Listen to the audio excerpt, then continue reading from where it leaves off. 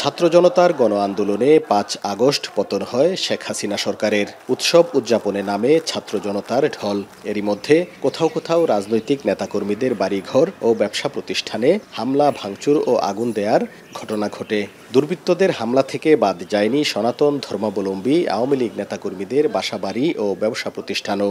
তবে ময়মনসিংহ বিভাগের ৪ জেলায় কোথাও সার্বজনীন কোনো মন্দির বা পূজা মণ্ডপে ঘটেনি কোনো হামলার ঘটনা। সাম্প্রতিক অস্থিরতায় একদিনও মন্দিরে পূজা কার্যক্রম বন্ধ হয়নি।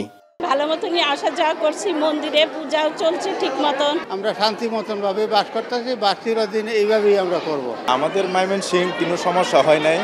আমরা পূজা অর্চনা যে সঠিক সময়ে সঠিকভাবেই আমরা চালিয়ে যাচ্ছি। আমাদের এখানে এখন পর্যন্ত কোনো বিশৃঙ্খলা আমরা পাই নাই এবং আমরা সুন্দরভাবে আমাদের মন্দির এখন পর্যন্ত অদ্যাবধি পরিচালনা করতে পারতেছি। এদিকে আগস্টের ৫ তারিখ থেকে ময়মনসিংহ নগরী সহ বিভিন্ন এলাকায় হিন্দু সম্প্রদায়ের মন্দির, বাড়িঘর ও ব্যবসা প্রতিষ্ঠানে পাহারায় নামেন বিভিন্ন সামাজিক, সাংস্কৃতিক ও রাজনৈতিক সংগঠনের কর্মীসহ সাধারণ মানুষ। মন্দির পাহারায় নামেন কওমি মাদ্রাসার শিক্ষক শিক্ষার্থীরাও। নিজ নিজ এলাকায় মন্দিরে যাতে কেউ ক্ষতি করতে না পারে সেদিকে রাখেন সজাগ দৃষ্টি।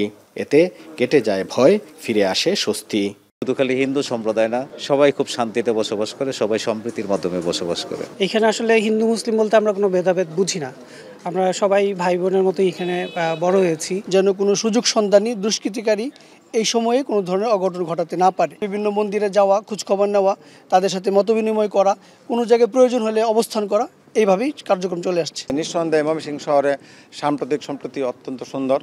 সকল দলই এখানে মিলেমিশে আমরা থাকি, অবস্থান করতেছি এবং তারা অত্যন্তভাবে সাহায্য করতেছে। এদিকে ময়মনসিংহে কোনো মন্দিরে হামলা বা সাম্প্রদায়িক কোনো হামলার ঘটনা ঘটেনি বলে জানান পূজা উদযাপন পরিষদ এবং হিন্দু বৌদ্ধ খ্রিস্টান ঐক্য পরিষদের নেতারা। তবে রাজনৈতিক পট পরিবর্তনে আওয়ামী লীগের রাজনীতিতে জড়িত অনেকের বাসাবাড়ি ও ব্যবসা প্রতিষ্ঠানে হামলা, ভাঙচুর, অগ্নিসংযোগ হয়েছে বলে জানান তারা। ক্ষতিগ্রস্ত হয়েছে ৬২টি হিন্দু পরিবার ও ব্যবসা প্রতিষ্ঠান। এতে জড়িতদের আইনের আওতায় আনার দাবি তাদের। মুক্তাগাছা, তারাকান্দা, ফুলপুর এই সমস্ত জায়গায় কিছু সন্ত্রাসীরা দোকান লুটপাট করছে, বাড়িঘর লুটপাট করছে, বাড়িঘর ভাঙচুর করছে। বিভিন্নভাবেই রাজনৈতিক হিংসাই এটা আমার কাছে মনে হয়। জামাত ইসলাম বাংলাদেশ, তারপরে বিএনপি, জাতীয় বিএনপি, ওরাও এখন আমাদের সাথে মিটিং করেছে এবং সাম্প্রদায়িক সম্প্রীতি বজায় রাখার আহ্বান জানিয়েছে। এদিকে শেরপুর জেলা শহরের কয়েকটি দোকানে হামলা, ভাঙচুর হলেও জেলার কোনো মন্দির ও পূজা মণ্ডপে হামলা হয়নি বলে জানান হিন্দু বৌদ্ধ খ্রিস্টান ঐক্য পরিষদের স্থানীয় নেতারা।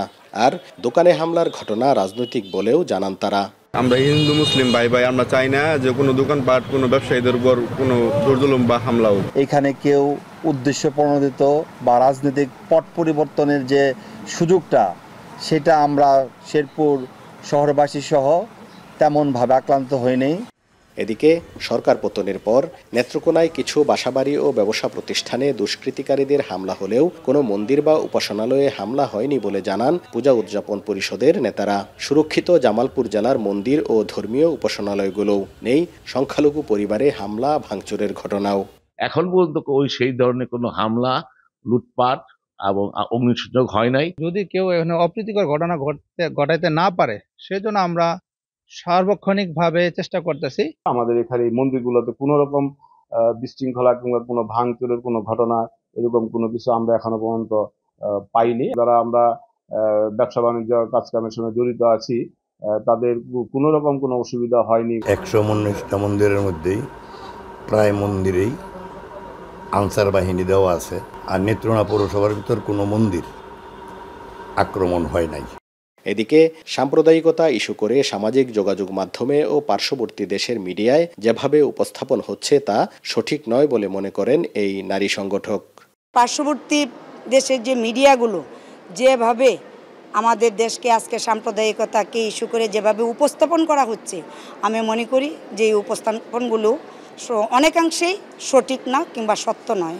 ময়মনসিংহ বিভাগের জামালপুরে ২১০টি, শেরপুরে ২১২টি, নেত্রকোনায় ২৫৪টি এবং ময়মনসিংহ জেলায় ৬৫০টি মন্দির রয়েছে।